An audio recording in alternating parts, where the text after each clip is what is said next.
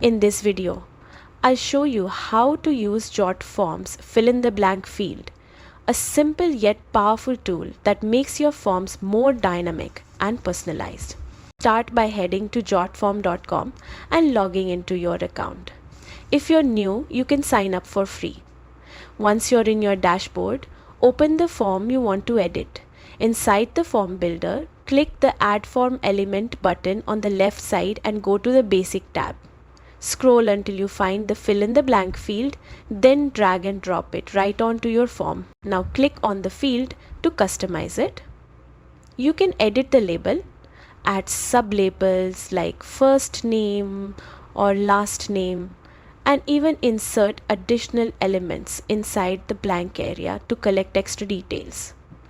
This gives you flexibility to create more interactive and guided forms. Once your field looks good, you can also set up pre-fill options under the Publish tab. Choose Manual Pre-fill to enter default data yourself, or link to Jotform tables to automatically map and populate data.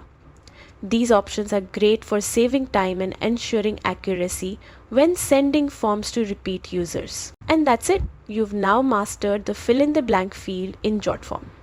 It's an easy way to make your forms feel more personal, interactive, and efficient. Thanks for watching. And don't forget to like and subscribe for more quick Jotform tutorials.